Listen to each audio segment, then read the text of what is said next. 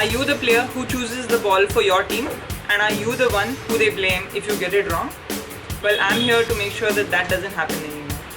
Welcome to Cricket How To with me, Snehal Pradhan. Today we'll see how to choose a ball. I'm Snehal Pradhan. I first played for my state in the year 2000.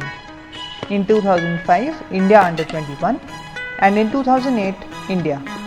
Now I want to share my experience with you. Welcome to Cricket How To with me, Snehal Pradhan.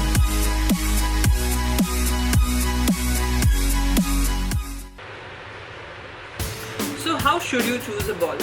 The first thing you need to know are the different types of balls. Did you know there are 2-piece balls and 4-piece balls? A 2-piece ball is made when 2 pieces of leather are sewn together. A 4-piece ball has 4 pieces of leather sewn together. This is a 2-piece ball. You can tell because you won't see any lines on the leather. It's just 2 pieces of leather stitched together. This is a 4-piece ball. You can tell by these lines on the leather, which are 90 degrees of each side of the ball.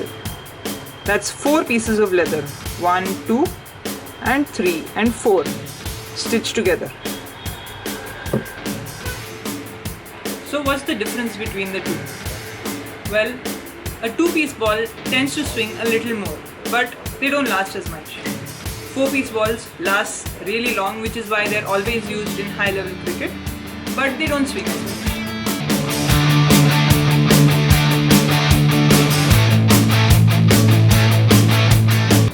Then there's also a difference in the weight. Not all balls weigh the same, nor are they the same size. The biggest and most commonly used size is in senior men's cricket, where you have 5.5 ounce balls. This is about 155 grams. In senior women's cricket, we use a 5 ounce ball. That's about 144 grams. And in junior cricket, the ball is even smaller, about 133 grams upwards. Naturally, each ball is slightly smaller than the one above it.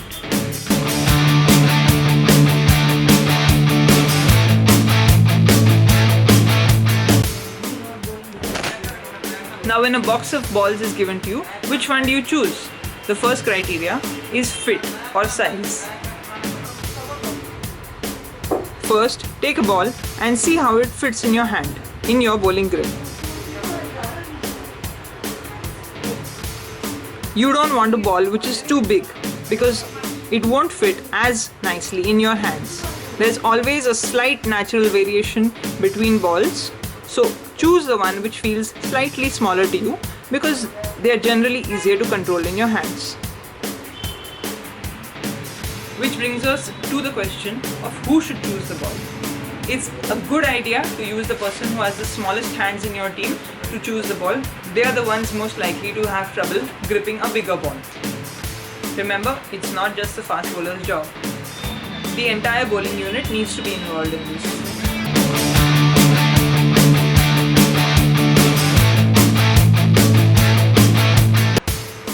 The next thing to consider is the seam of the ball. Remember, for swing bowlers, the seam acts like a rudder which will help in giving you swing. So run your hands along the seam of the ball and see if the ball has a nice proud seam. The taller, the better. All the bowlers will get a better grip with a seam that is nice and proud. Then you need to check the balance of the ball. You do this by holding it like this and tossing it up.